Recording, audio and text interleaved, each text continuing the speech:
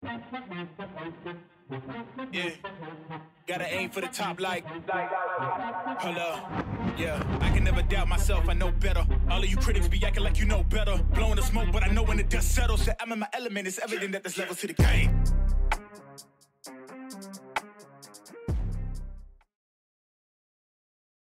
So what's happening, people? Today, I am sitting down with a man that has a great resume, somebody that I look up to in the business. It is Mr. Steve Wyche, the current NFL Network Chief National Reporter.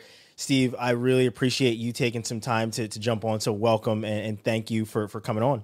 Well, Ryan, thanks for inviting me. That's the important part. I'm humbled by that, and I'm looking forward to this.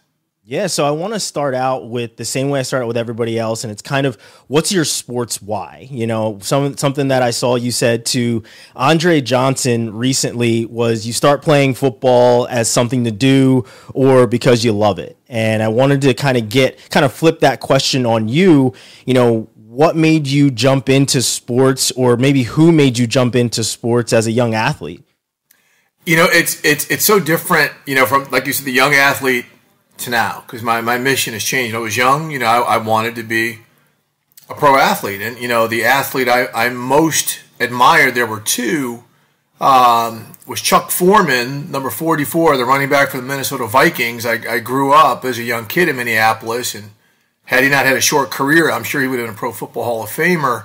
And then Walter Payton. I mean, these were two great players I aspired to be like. And then, of course, in basketball, Dr. J. And in baseball, I was, a huge St. Louis Cardinals fan, Ozzie Smith and guys like that. So I wanted to be an athlete, but I also wanted to be a broadcaster because, after Minneapolis, my family moved to St. Louis. My father worked for the local NBC affiliate in the sales department, but I was always around it. So, I wanted to be Jack Buck, Joe Buck's dad, who used to call Cardinals games, and Brian Gumbel, because he was the first black sportscaster that I saw back when he was doing like NBC Real Sports and things like that. So that was kind of it. But now, now that I'm in my, I'm definitely more sage with all the gray hair and doing TV, my sports why is to educate the fans. I mean, the fans are the lifeblood, no matter what people say about ownership and money and networks. The fans are the lifeblood of all levels of sports. And so it's to educate and inform the fans through my medium, which is television, about what's going on, to put some perspective on it, and to also do a little bit of entertaining in the process. Yeah. So you ended up going on and playing college football at Missouri, but then you got your BA in journalism from Howard. Yeah. How did that come about? And once you got your BA and became a journalist, what was that epiphany that you belonged in that journalism community? Wow. So, coming out of high school, I was a football recruit. I was a quarterback my whole life until my senior year, to halfway through my junior year, I should say, when I got moved to defensive end / outside linebacker. And it turned out to be my natural position. I was really good as a quarterback, but wow, I had no idea what I was doing. I never played on the defensive front before in my life, and it turned out to be exactly where I needed to be to go play on the next level. So you were Micah Parsons before Micah Parsons, is that what you're saying? I was maybe Micah Parsons' left shoe or something. Yeah, not hardly at that level. But I ended up going to the University of Missouri. Was not very good. The coaching staff, I was just too small. I came out of high school like 205, 210 pounds. I was big in high school. So I had that redshirt year where I finally got to the size. But the coaching staff got fired after my redshirt year. New staff came in, and I just wasn't, I didn't meet the specs for what the new staff wanted. Mm-hmm. So I was able to transfer out. Transfer rules were far different back then. Like I went to Howard University. I grew up in the suburbs, right? I never grew up around people who looked like me. And it was just kind of like, maybe let me go to an HBCU and get that experience. So I applied to Hampton and Howard. Both my parents are Hampton graduates. But the football coach at Howard, a guy named Willie Jeffries, he knew of me. He had recruited me when he was at Wichita State. So I was going to go there to play football. But I would have had to sit out like that whole spring because I didn't have enough credits to transfer into Howard. So I had to sit out the whole spring at University of Missouri and then not play for another year. So by the time I got to D.C., it was like, you know what, let me focus on academics. I got into the journalism school, quickly became a sports reporter for one of the student papers there. There were two. And then next was a sports editor, then the editor-in-chief. And in my final year there, I was at the Washington Post covering high school sports for about, every Friday night or whenever they need someone to cover a high school basketball game, just part-time, 20 hours. So I'm in the same newsroom as Tony Kornheiser and Michael Wilbon and Ken Denlinger and Sally Jenkins, all these great, sports legends, and some great editors who helped me get my first job in Richmond, Virginia as a writer. I was a writer for 20-some years. And, it wasn't there that I felt like I belonged, even though I covered high schools and some smaller colleges, Virginia Union, William and Mary. So when I went to Miami after that, and it took me a couple years to kind of get my legs, but then, I started covering pro boxing.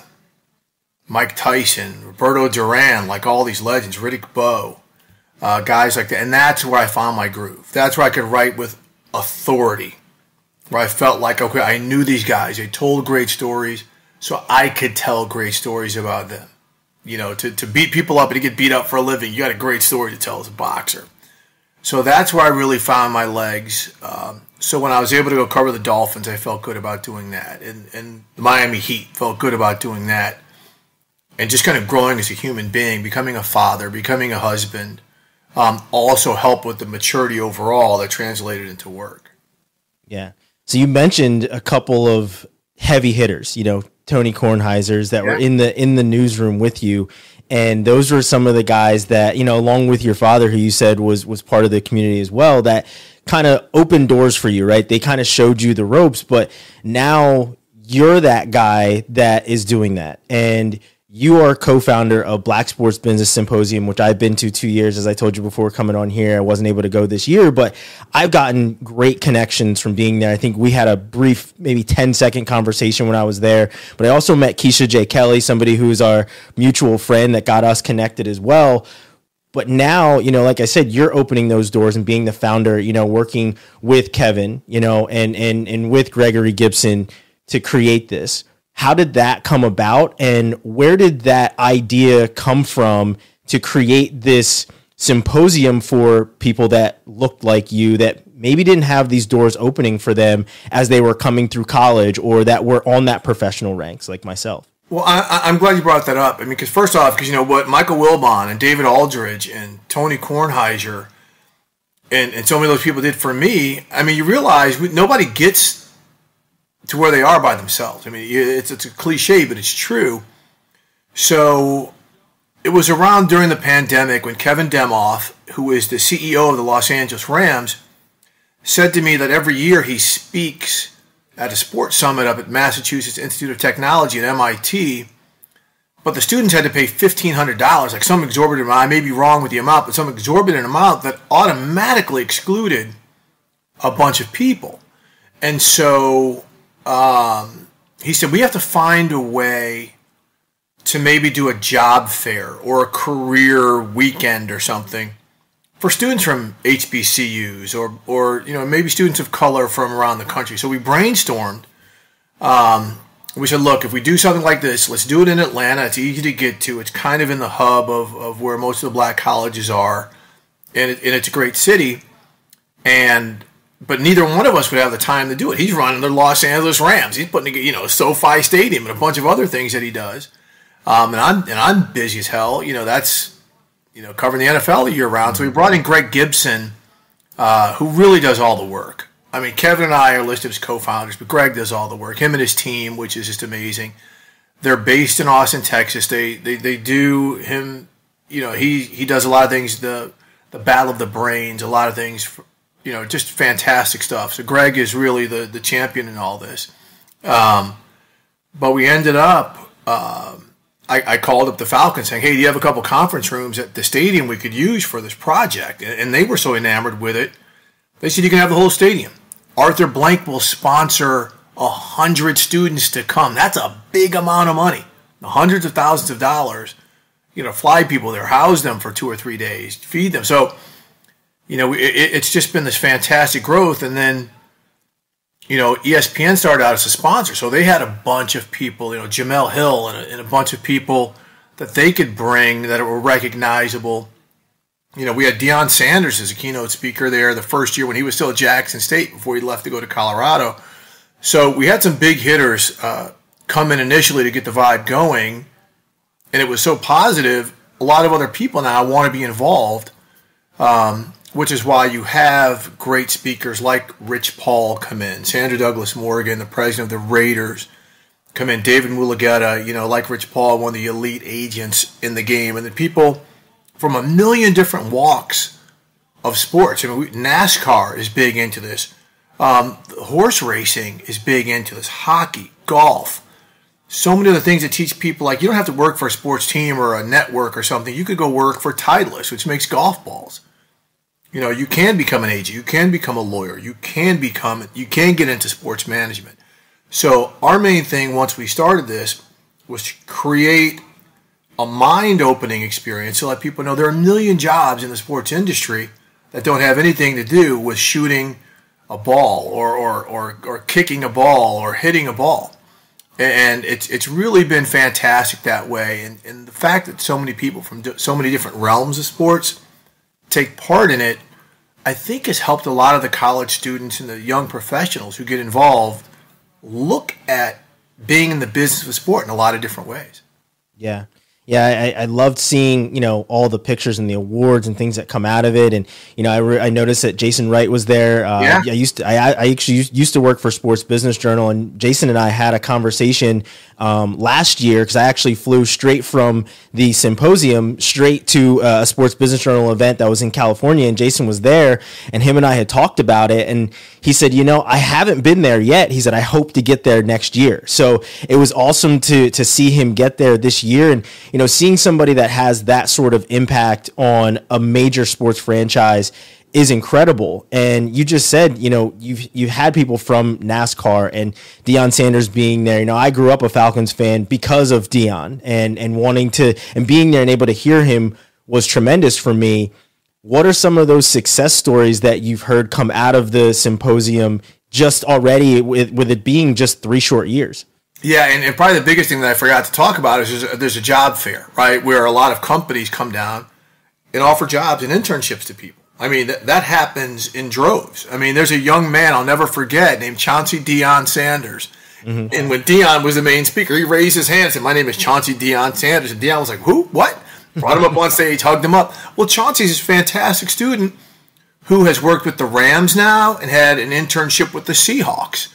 Right, so he's gotten into it. There's a ton of stories when you go there. People who are now working in the sports field in some realm who attended this. So that's the big thing, because a lot of people, when they have these career fairs, especially for the underserved communities, if you want to reference them that way, say, hey, we have to expose those people to employers.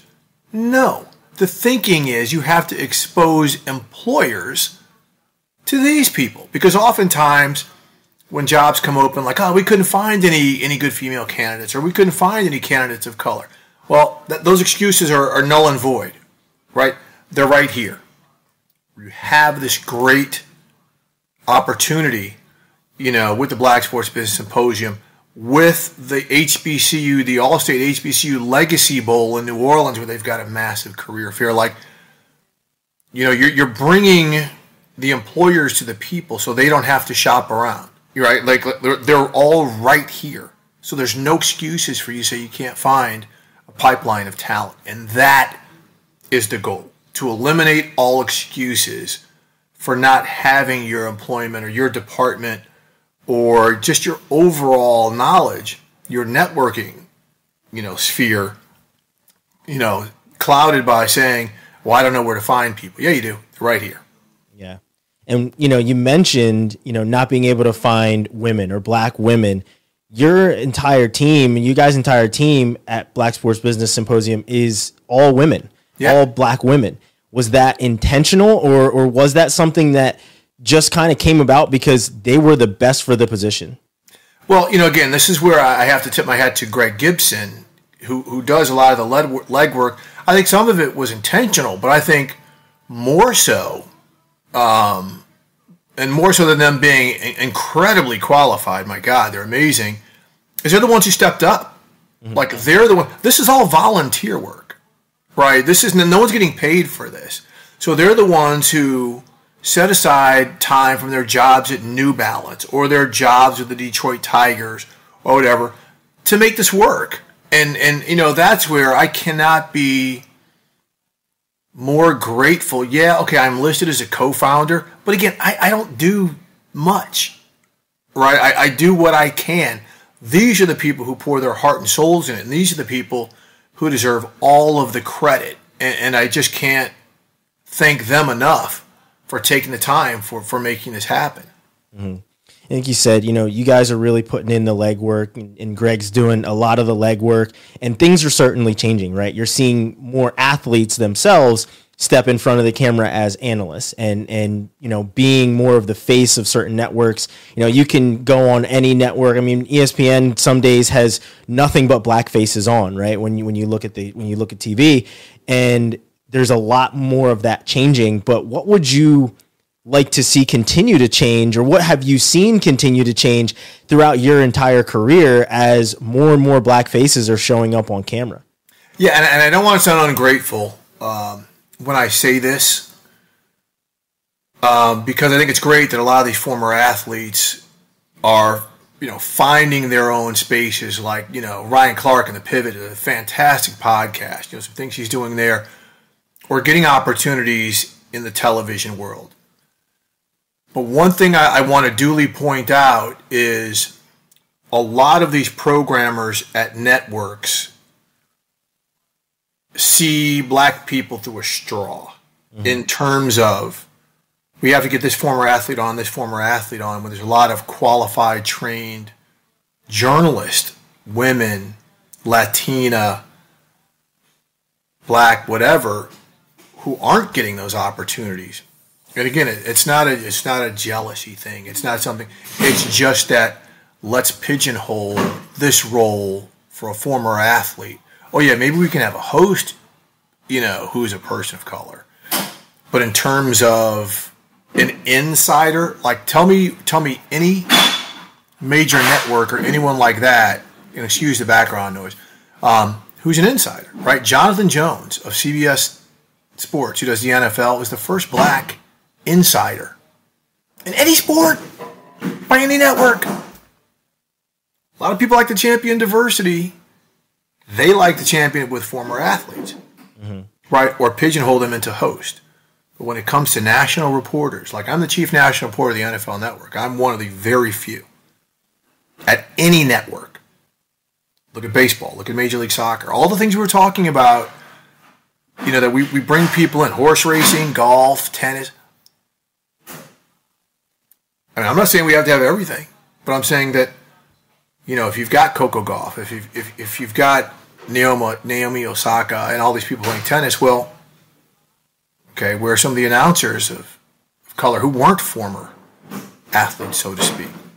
Where are some of the people in MLS? I'm not seeing a ton of, Latino announcers in MLS or black or Japanese. Why isn't there a Polynesian reporter or several doing stuff for the NFL or major college football when you're looking at such an influx of the Polynesian community playing these sports? So again, I think it's great that we're seeing more people of color as a whole on the roll, in the television broadcast realm. But I think it's again, the majority of people doing the color don't look like any of us. So that's why it's easy to say, let's get this former athlete in this role. Let's get this woman of color in this host role. But in terms of making them insiders or national reporters or breaking news people, we're still not gonna let them in that lane. Mm-hmm. Yeah, so I mean, you're a pioneer for that, right? Like you said, you're one of few. I'm not a pioneer. I'm in that role. The Michael Wilbons. There's so many people who came before me. Yeah, I will never consider myself a pioneer, but thank you I get what you're saying. Well, I mean, for me, you are. I came up and I'm looking at you and Wilbon and a lot of other people that came before me. of why I wanted to get into sports, right? I was an athlete as well, but, I was looking at people that looked like me that were doing it, and, you mentioned boxing. My uncle was Larry Holmes. So I watched him on the sports realm, but when it came to being a sports journalist, I didn't have that foresight, right? I know your uncle well. I covered a lot of his fights. And like I said, I grew up training next to him, right? So I knew what it took to be great at my sport. Ultimately didn't obviously pan out where I'm not in the NFL right now, but when you see that, you can be it. And for me, like I said, you were part of that, as well as a lot of other people that, you definitely looked up to as well. And like I said, a lot of these things that are happening in sports, the black issues that people want to politicize these days or anything else, you were credited with the Colin Kaepernick story and releasing that story, as well as, Michael Jordan of the Wizards and, things with Michael Vick.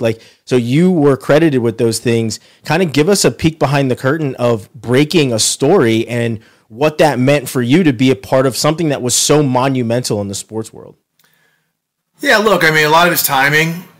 I'm not going to sit here and say I did anything, brilliantly investigative or anything like that. I just happened to be there when Colin Kaepernick did not stand for the national anthem at that third preseason game against the Packers. At the same time, albeit coincidence, had I not been there, nobody may have noticed. There were a whole lot of other people there who had the opportunity to do it, and I'm fortunate that I was able to have the perspective to write a story. Whereas, I kind of broke a journalism rule, which is always, you want to be the who or the what. Well, I wrote about the why. Okay, everyone says, oh, Colin Kaepernick, did stand for the national anthem. Well, I focus more on the why, right? Because he was protesting police brutality, some of the loopholes in the judicial system that kept people of color, imprisoned or made it easy for them to be imprisoned. So, that's what I decided to kind of hit on, because I had understood where he was coming from. I followed his social media all summer. It was 2016. It's when, Alt Sterling got killed down in Baton Rouge by a police officer, when Philando Castile got shot in St. Paul, Minnesota, by a police officer. So all of these things were happening in front of us, and very politically timely and socially timely. Like, this is why this is a big deal. But most of the people focused on the act. Some of the other bigger stories, the whole Michael Jordan coming to work for the Washington Wizards and be head of their basketball operation before he came back to play, that took some pretty intense finessing. It's one of the prouder reporting things I've done in terms of how I broke that story. But every broken story, a lot of times they just fall into your lap for reporters. A lot of times it's a hunch, it's curiosity. You're doing some snooping, like I did with the Michael Jordan thing. But a lot of times it's just being there, having the understanding of why it's important and how to actually convey that. Because it was a written story, even though it was with NFL Network, the Kaepernick thing was a written story. The Michael Jordan thing was a written story. The Michael Vick coverage for more than a year was a written story. And that's where I would always encourage young people who do what I do to know how to write. Because you might not have a camera there, but you can crank out, pictures with words and tell a story with vocabulary and verbiage that really put things in perspective and put meaning behind it. Mm-hmm. Yeah, and now everybody has a camera, right? There's a camera in your pocket at all times. Your phone is always right there. And now so many people have a voice, right? Social networking and social media has given literally everyone a voice. But one of the top people that are getting those voices, and not just in the realm of, athletes becoming analysts, are student athletes and NIL. And a lot of these things are changing, where these athletes are now a brand at 17, 18 years old, and the landscape of sports is changing. How have you seen, from your vantage point, how the landscape of sports has changed with these athletes as you're covering them a lot closer than a lot of other people are, not college-wise, but pro? How have you seen that, the kind of the transition of sports over the last couple of years as NIL is being introduced in college, and these athletes are now going from the college ranks into the pros? Yeah, look, I haven't seen, a significant change yet. I think it will come as we get 10 years into this. But, a lot of people think, okay, these athletes are coming to the NFL or the NBA or whatever completely spoiled because they've had all this money. They've been able to be on the covers of magazines. They've been able to have their own podcast. Well, I hate to tell folks this, but these cats have been getting paid for a long time, even before it was legal. Now, maybe they didn't have the ability to have their own podcast or go do commercials for a car dealership or for a soda company or something like that. But a lot of this stuff's been going on. Now there's kind of the curmudgeonly crowd, the boomers to get off my yard guys. Like, these guys are coming in spoiled. Their expectations are what they are. It's a lot of it has always been this way, man. You talk, when I cover the NBA, there's coaches like AAU is ruining stuff, not college basketball, because in AAU, all these guys have been fighting over these kids since they're 13 years old. They've been taking care of their parents and making sure that these kids have rides to these trips, to Memphis and then to LA and things like this. So I think in some ways it could be damaging because, when you're seeing the recruiting going on, kids aren't going to where they're going to get educations or where they're going to feel most comfortable on campus. They're going to where they might be able to get the biggest paycheck. But let's also keep in mind, the majority of these kids aren't going to be making the type of money that, some of these guys getting paid $1.5 million a year are. That's only a handful of guys on a 90-man collegiate football roster. So, it's, again, I'm interested to see where this is going to go in a couple of years, but in the short term, the only thing, it's just mind-blowing. I covered the Polynesian Bowl last year, which it's a high school all-star game in Hawaii, and there were 5 millionaires on the field. I'm like, what? Like, the money is real. Like, these guys are doing this, but it changes the way guys, and from the student perspective, it changes why these coaches have to coach. Mm-hmm. Hey, man, you got to be more of a salesman than ever. You're not selling your program. You got to sell your donors to cough up money to these kids. And that's a whole new world. So, again, it's going to settle in a few years. And hopefully some of these young people and their parents who are receiving this money get some financial literacy behind them as well to understand there's great things they can do with this money besides buy a car, buy a house, or hang out with their buddies. There's a lot of positive things they can do. So I started off this conversation talking about the Knox tour that you guys get to do with the Hall of Fame. Oh, and man, you're also involved in the HBCU Hall of Fame, which I believe you were just at last week. What's it mean to you to be a part of both of those, and what type of honors you get to kind of bestow on people as the co-MC of the HBCU Hall of Fame, as well as this Knox tour that we're getting able to see up close and personal, where these guys are being bestowed these incredible honors of being inducted in the NFL Hall of Fame? It means everything. That means everything to me to be a part of that, because the Pro Football Hall of Fame, think about this, okay? There's probably been 40, 50,000 people who've played or coached at the professional level. There are less than 380 people in the Pro Football Hall of Fame.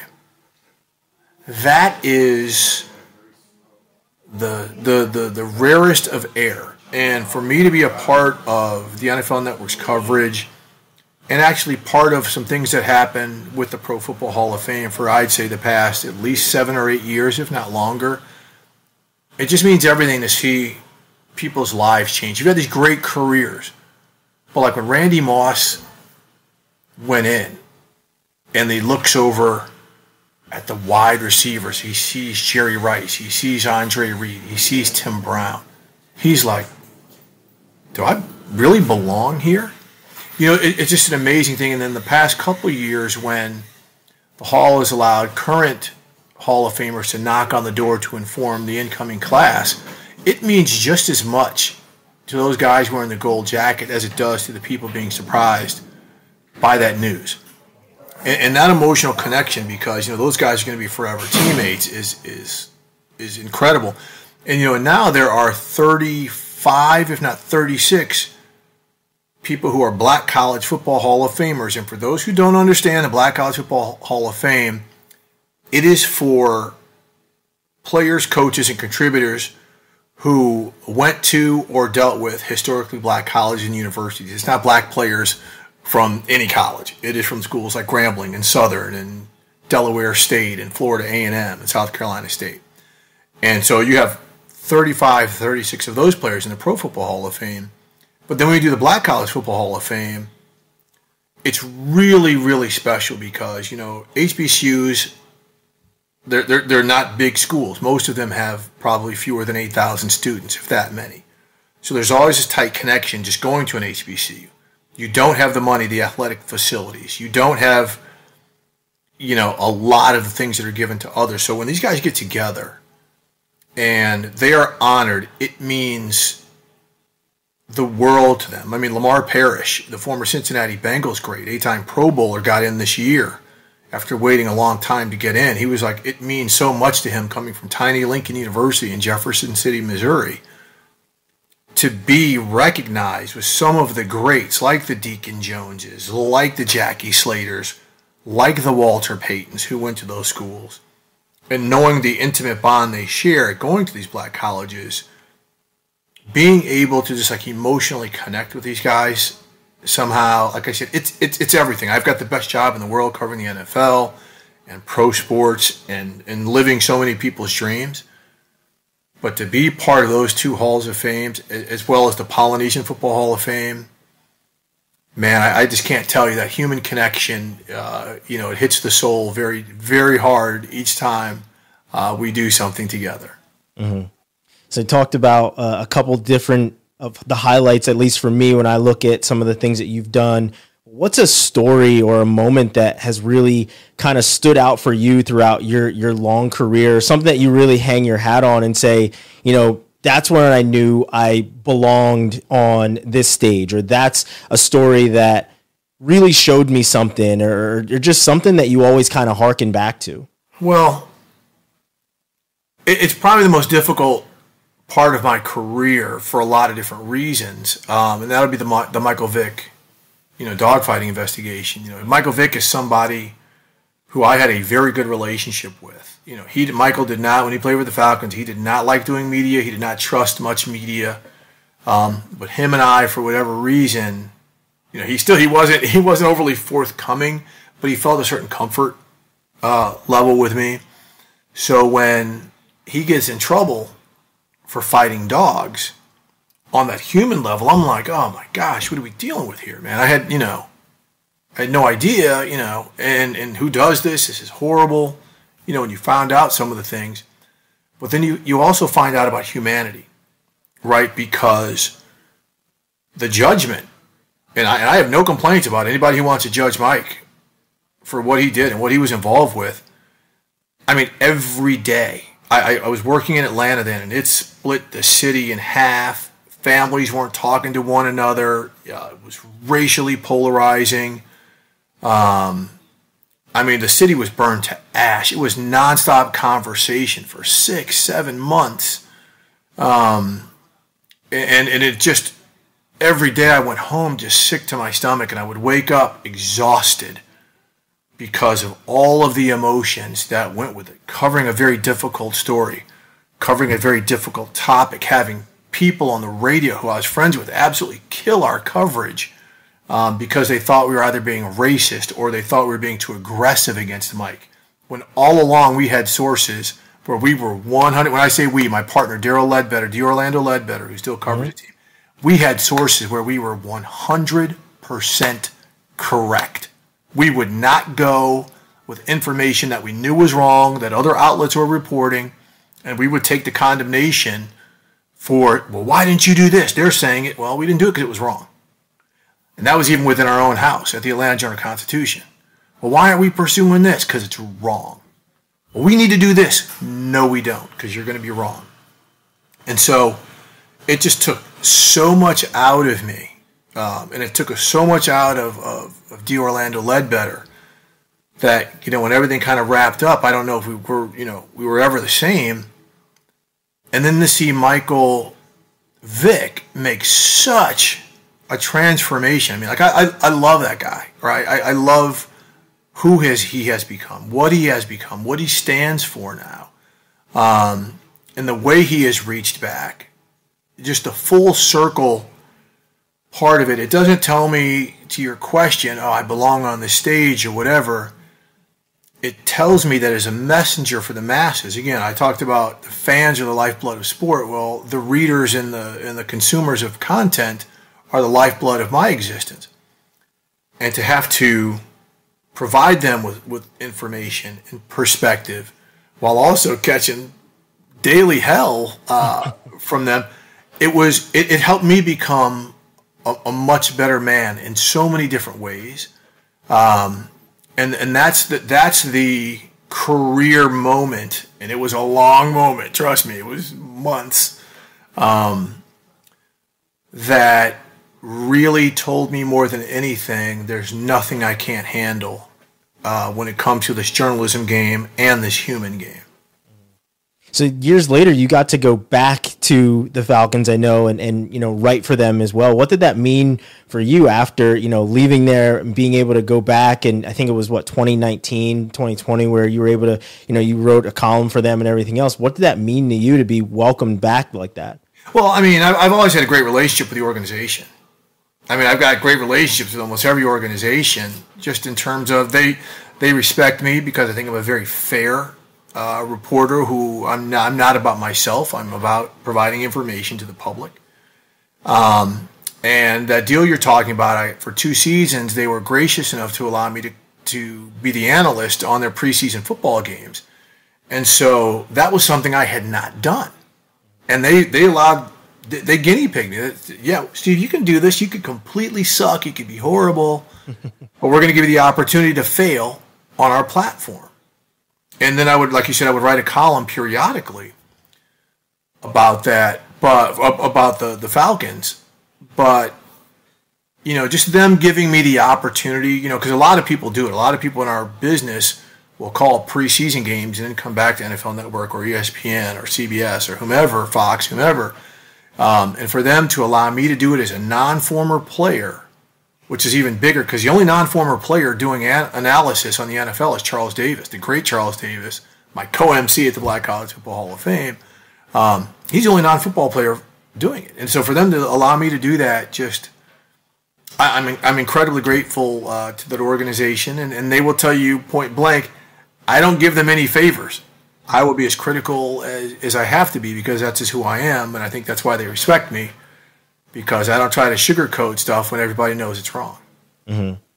So this has been an amazing conversation. I can't thank you enough. Before I let you go, I always love to end with just a piece of advice, right? Something that you may have learned during your career path that you can either pass on to the next generation coming, or maybe it's a journalist that's years in the making of already doing this. Maybe I'm speaking for myself a little bit, but what's a piece of advice, something that you've learned throughout your career that you really feel kind of resonated with you, that you feel people should know?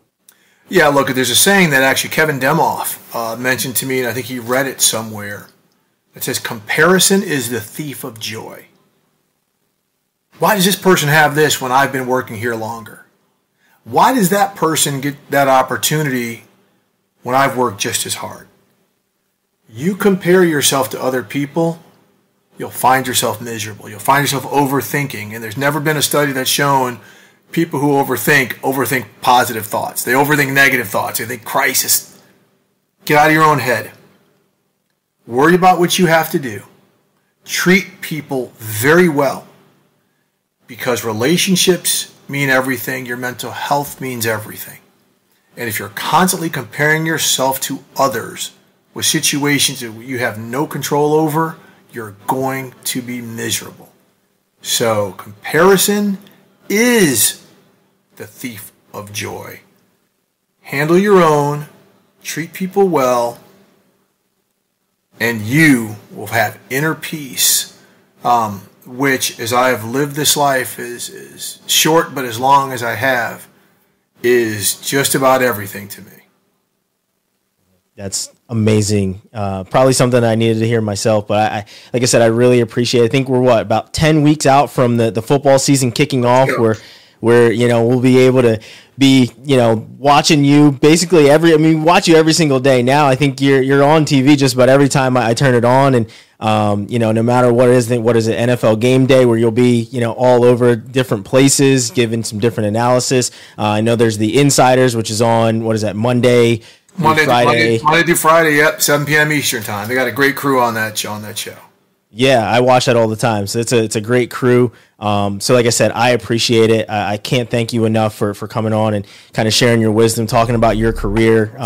Like I've given you tons of flowers when it comes to Black Sports Business because I love it. Hopefully I get a chance to go back again next season. But no, I really appreciate it. Thank you a lot for coming on and talking. Ryan, keep doing your thing, man. And thank you for having me on. I really appreciate you.